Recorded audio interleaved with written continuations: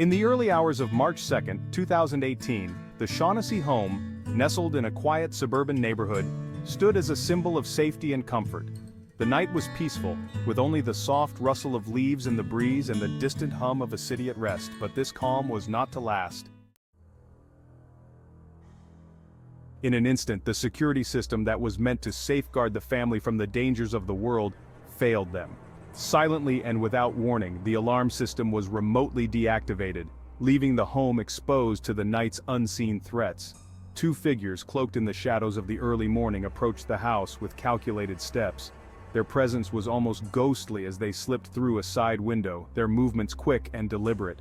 Inside, the family dogs, ever alert and protective, sensed the intrusion.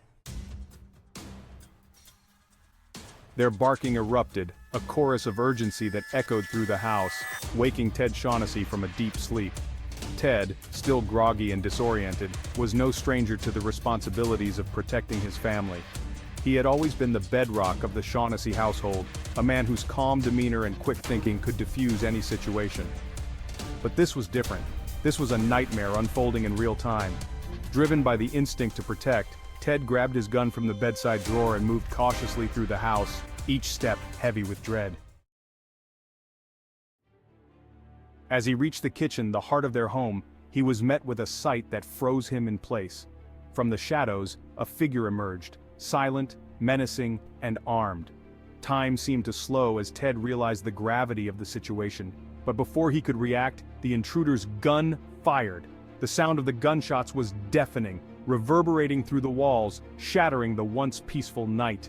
In those few seconds, the Shaughnessy home was transformed from a place of love and warmth into a scene of chaos and fear. Theodore Ted Shaughnessy was born on February 7, 1963, in Los Angeles, California, a city known for its vibrant culture and diverse communities. Ted grew up in a modest, hardworking family, the middle child among three brothers. His parents, Teresa and David Shaughnessy, instilled in their children the values of kindness, integrity, and resilience. Ted's older brother, Thomas, was the responsible one, always looking out for his younger siblings, while his younger brother, Timothy, was the energetic and adventurous spirit of the family. From a young age, Ted exhibited a natural empathy and a gentle nature that set him apart. He was the kind of person who could sit and listen for hours, offering comfort and advice without judgment. His friends often turned to him for guidance, knowing that Ted would always have their best interests at heart. His genuine concern for others, and his ability to connect with people on a deep level, were qualities that would define him throughout his life. After completing high school, Ted's curiosity led him to explore various career paths. However, it was the booming gem and jewelry industry in California that truly captured his interest. The allure of precious stones and the art of jewelry making fascinated him. He saw beauty in the meticulous craftsmanship and the stories that each piece of jewelry could tell. Determined to pursue this passion, Ted enrolled in specialized training programs offered by the American Gem Society, a prestigious institution known for its rigorous standards and commitment to excellence.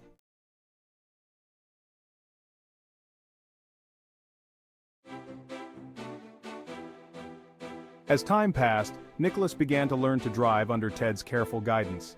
They spent countless hours practicing on a go-kart track, where Nicholas honed his skills and developed a love for the thrill of the race. His interests also extended to martial arts, and with dedication and discipline, he eventually earned a black belt in karate. By the time Nicholas entered high school, his interests had taken a new direction. He developed a fascination with finance and luxury goods, an unusual passion for someone his age.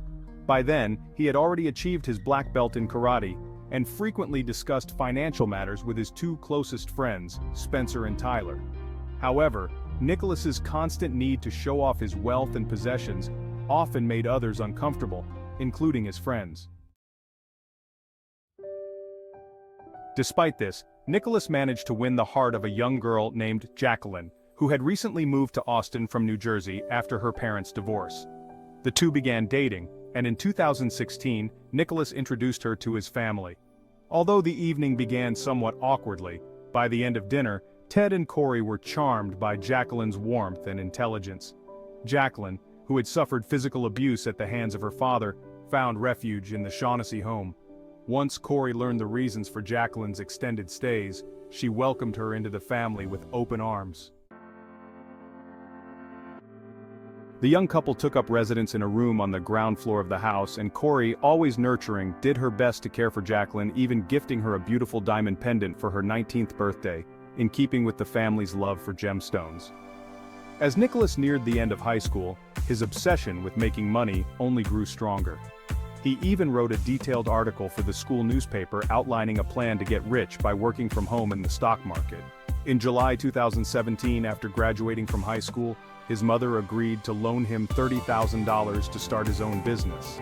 A month later, Nicholas and Jacqueline moved into an apartment complex in College Station, about 2 hours east of Austin. Shortly afterward, with the help of Spencer, who had become an ordained minister, the young couple secretly married. Jacqueline focused on her university studies while Nicholas worked from home as a stockbroker. As their social circle expanded, Nicholas never missed an opportunity to brag about his supposedly successful business ventures. In reality, however, things were not going well, and he was actually losing money. Desperate to maintain the illusion of success, Nicholas borrowed $2,600 from a neighbor, promising to repay her with the profits from his investments. At the same time, he had to take out other loans that quickly came due, pushing his financial situation to a critical point by early 2018. When Jacqueline learned of their financial troubles, the couple argued and began discussing options to turn things around. What started as a joke about inheriting Ted and Corey's fortune soon turned into a serious plan. After all, if they were no longer around, Nicholas would be the sole heir to a $2 million life insurance policy, plus an additional $6 million from the business and property. A few days later, the idea morphed into a real project, and the couple even agreed to hire someone to eliminate Ted and Corey. The first person Nicholas approached for the job was his friend Spencer. Despite offering him $50,000, Spencer refused outright. The couple's initial failures did not deter their determination. On the contrary, by mid-February 2018, Nicholas turned to social media to continue his search for someone willing to carry out their dark plan. He contacted a woman who worked at the complex where he lived, offering her extra money. When she inquired about the nature of the work, he proposed that she kill 2 people in exchange for $2,000 per victim. The woman never responded again, and like the neighbor who had loaned him money, her identity has remained undisclosed for safety reasons. Nicholas faced similar rejection from a third individual he approached with the offer. Unwilling to give up, on Friday, February 23, 2018, he visited a local bar and struck up a conversation with Johnny Leon, a 21-year-old with a criminal record for drug offenses. After introducing himself and explaining the job, Nicholas offered Johnny $100,000, with payment to be made in installments. As they discussed the details, Nicholas texted Jacqueline to share the good news. When she asked about the cost, he brushed off her concerns. Ted's journey into the world of gemstones and jewelry was not just about acquiring technical skills, it was a path of self-discovery. He learned to appreciate the intricacies of gemology, from the subtle differences in stone quality to the history and cultural significance of various gems. By the mid-1980s, Ted had earned his certification as a jeweler, a testament to his dedication and hard work.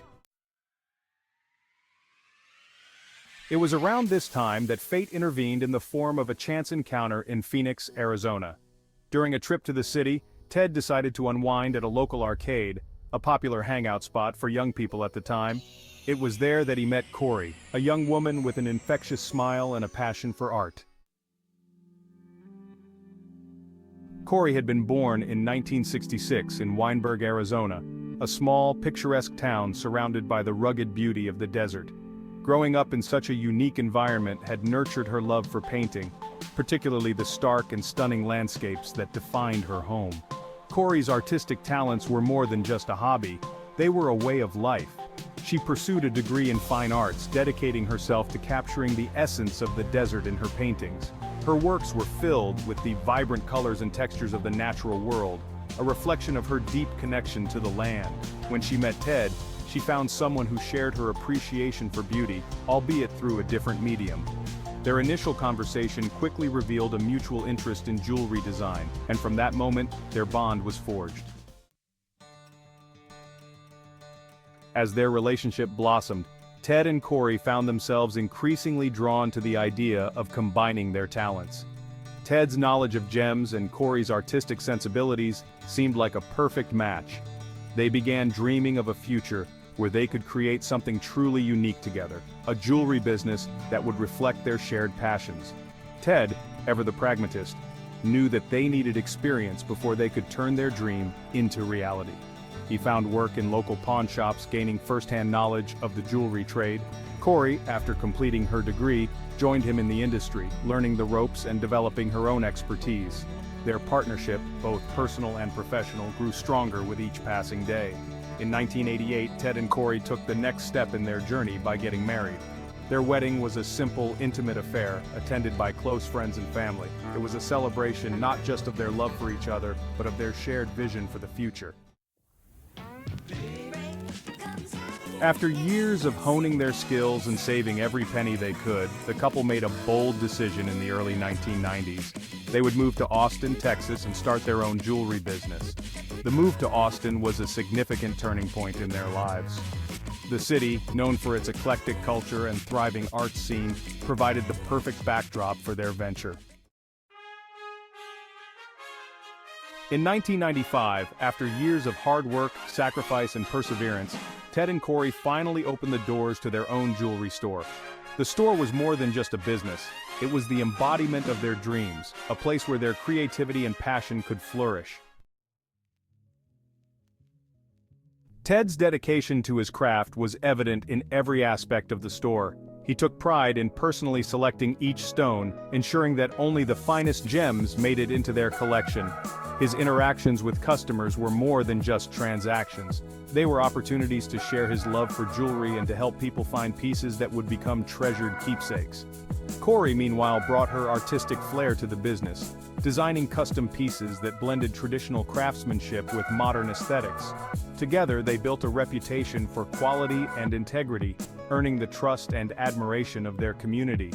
Their store became a destination for those seeking something special, a place where every piece of jewelry told a story.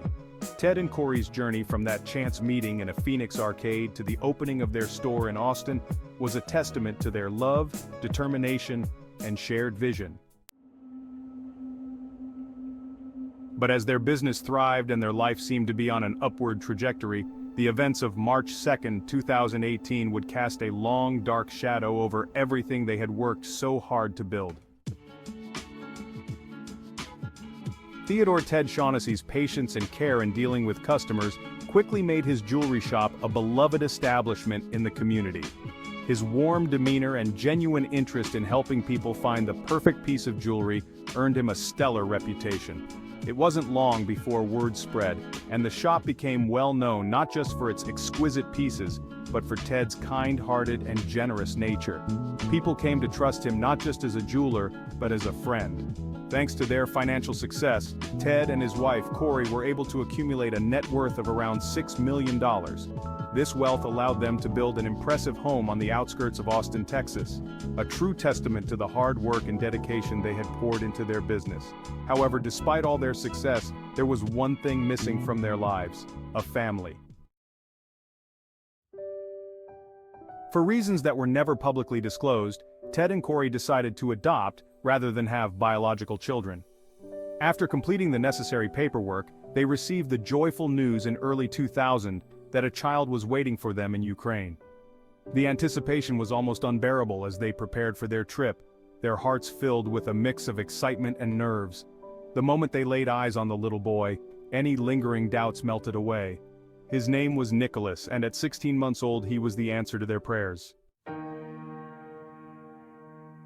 Nearly 2 years later, the family of 3 returned to Austin, Texas, their hearts full as they began their new life together. Nicholas quickly proved to be an intelligent and curious child, always eager to learn about the world around him. Like his parents, he developed a deep love for animals, leading Ted and Corey to adopt 2 dogs to complete their family. Ted, who had taken up racing cars as a hobby, soon began bringing Nicholas along to the tracks. The boy quickly shared his father's enthusiasm, and the two spent countless hours bonding over their shared love of speed. That night, Johnny and Nicholas agreed to meet later at Nicholas's house to finalize the plan. On Monday, February 26, 2018, Corey called her son to ask why he had not yet repaid the loan she had given him. The uncomfortable conversation quickly escalated into an argument, leaving Nicholas feeling even more pressured to achieve his goal. On the morning of Wednesday, February 28, 2018, before meeting with Nicholas, Johnny invited his friend Cameron Bosk, who worked at a local company, to help with what he described as a moving job. Once inside, Nicholas revealed the true nature of the plan. He explained that he would deactivate the security alarm remotely from his phone to grant them access to his parents' home. The plan was for them to enter through a window in one of the rooms where they would find a gun hidden in a drawer. Nicholas offered Cameron $10,000 for his participation, payable in 3 installments. But as soon as the words left Nicholas's mouth, Cameron's face turned pale. The gravity of the situation hit him, and he quickly walked out, refusing to be part of the plot. Later that day, back home with his family, Cameron confided in his wife about the unsettling incident. He felt a mix of fear and disgust at what he had nearly become involved in. His wife, equally horrified, urged him to distance himself from Nicholas and the entire situation. Meanwhile, left alone with Johnny, Nicholas grew desperate. He saw his plans unraveling but was unwilling to give up. He offered to accompany Johnny on the mission that night.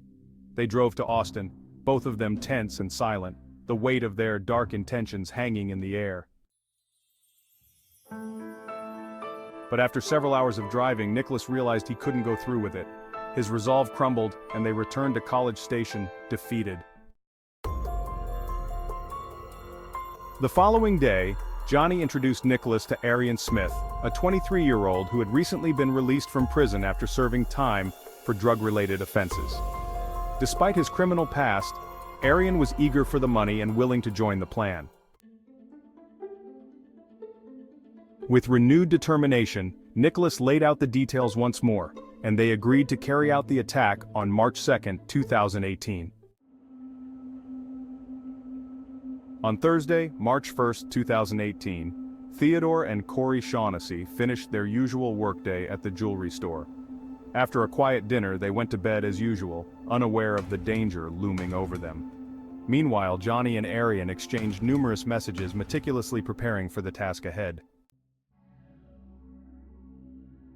They met up and drove to Austin, arriving at around 4:30 a.m. As planned, Nicholas remotely deactivated the alarms, allowing the two intruders to enter the house. Following Nicholas's instructions, Arian retrieved the gun from the designated drawer. However, the family dogs, alerted by the intruders' movements, began barking loudly, waking Theodore and Corey.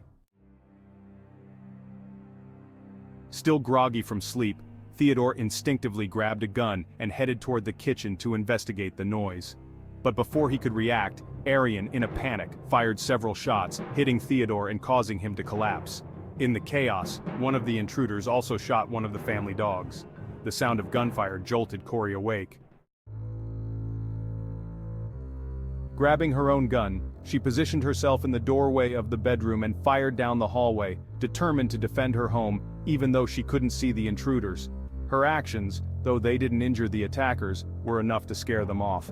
They fled the scene, leaving Corey to take refuge in a closet where she called emergency services.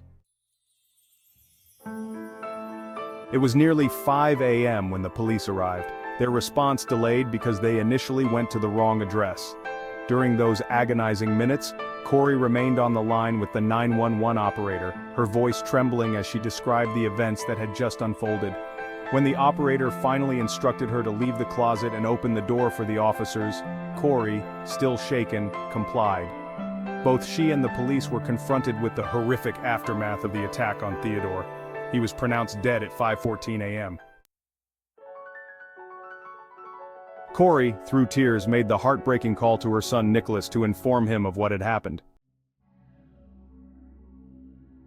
As Nicholas and Jacqueline began their drive to Austin, the medical examiner determined that Theodore had died from multiple gunshot wounds.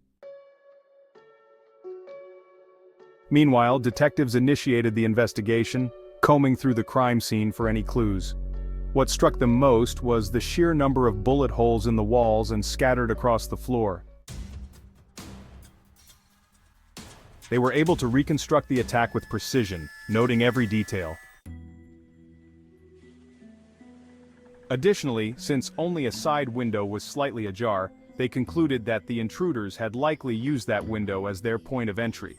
Corey informed them that the window led to her son's former bedroom, prompting the detectives to search the room. In a dresser, they found an empty gun case, immediately wondering if the missing gun had been used in the attack. Corey reported that nothing else appeared to be missing from the house and that she hadn't seen the intruders' faces. However, she suspected they knew about her and her husband's line of work, given the targeted nature of the attack. When Nicholas and Jacqueline arrived in Austin around 8 a.m., the detectives noticed Nicholas's unusual lack of concern. Their suspicions grew when, despite not knowing the full details of what had happened, Nicholas went straight to check the window in his old bedroom. This strange behavior didn't go unnoticed. A few minutes later, Nicholas, his mother, and Jacqueline went to the police station to answer the detectives' questions. It was then that Nicholas recounted how he had learned about the incident. He informed the investigators that he had not been in the city for about a month, and then he handed over his cell phone. During their examination of the device, the officers discovered an app that allowed remote access to the family home's alarm system. When questioned about this, Corey explained that the alarm access was shared among all family members, but noted that it hadn't been activated that night. However, a review of the system's history revealed that the alarm had been deactivated at the exact time the intruders broke in, raising serious suspicions. Following these initial statements, all three were informed that they would undergo gunshot residue tests. Jacqueline's sudden nervousness caught the attention of the investigators, sparking further doubts about her involvement. Meanwhile, at the crime scene, evidence collection continued. Due to the complexity of the case, the district attorney was brought in to assist. She quickly began to suspect that Theodore might have known his attacker, especially since no fingerprints belonging to the family members were found. Suspicion began to shift toward Corey as well. To make matters worse, Corey's decision to forego a funeral and her request to clean the house as soon as possible only fueled the investigators' doubts. While waiting for the case to be resolved, Corey made the difficult decision to close the jewelry store. On the same day, she had her husband's remains cremated, a heartbreaking task made even more difficult by her deep sense of loss. As she struggled to cope with her grief, her son Nicholas engaged in a chilling exchange of text messages with his friend Spencer. Nicholas, with a disturbing sense of pride, offered to show Spencer photos of the crime scene, boasting that investigators had returned his phone, a sign, in his twisted view, that he was no longer a suspect. As the investigation progressed, Corey found herself called in for another round of questioning. This time, the interrogation was so intense that she began to feel like she was no longer seen as a victim, but rather as a suspect herself. Her son Nicholas had not been entirely ruled out as a suspect either. On March 5, 2018, police officers began interviewing neighbors at Nicholas's apartment complex. This led them to an employee Nicholas had contacted via social media, who revealed the disturbing details of Nicholas's sinister proposal.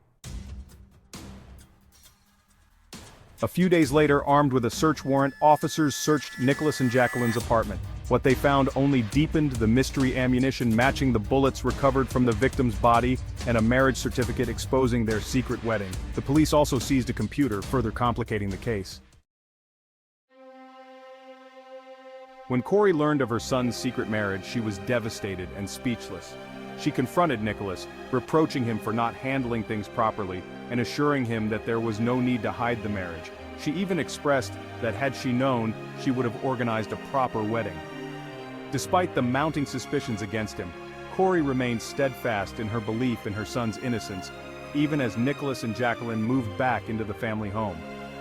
Determined to support her son, Corey hired a team of attorneys on March 10, 2018, and even handed over control of the jewelry store to Nicholas. But as the weeks turned into months, the evidence against Nicholas continued to mount at an alarming rate. Phone records revealed that Nicholas had lied about his whereabouts. He had been in the city 2 days before the incident that claimed his father's life. More incriminating text messages exchanged between him and Jacqueline surfaced, painting a grim picture of their involvement.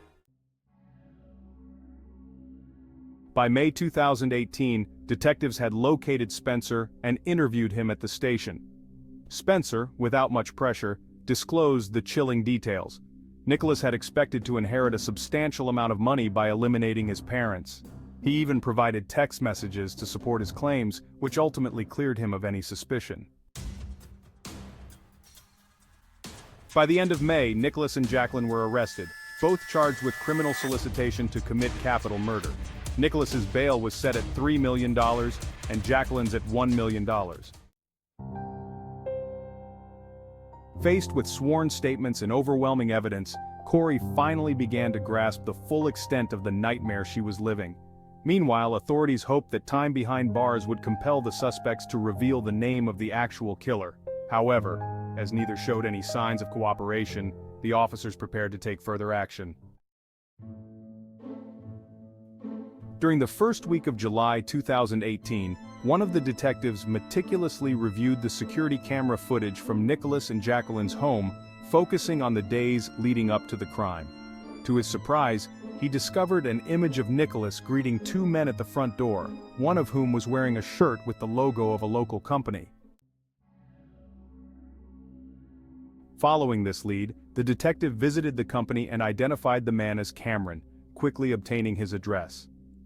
A few hours later, the detective arrived at Cameron's residence, where Cameron's wife immediately understood the reason for the visit. Although Cameron wasn't home at the time, she shared what she knew, and provided the name of another individual involved, Johnny. On Wednesday, July 11, 2018, Johnny was brought in for questioning at the station. He offered little resistance, and it quickly became apparent to the detectives that they had found a crucial accomplice. Johnny was arrested and charged with capital murder. Further investigation revealed incriminating text messages exchanged between Johnny and another suspect, Ariane, just hours before the crime, indicating that Johnny had not acted alone. Finding Ariane, however, proved challenging, but on December 10, 2018, he was finally apprehended.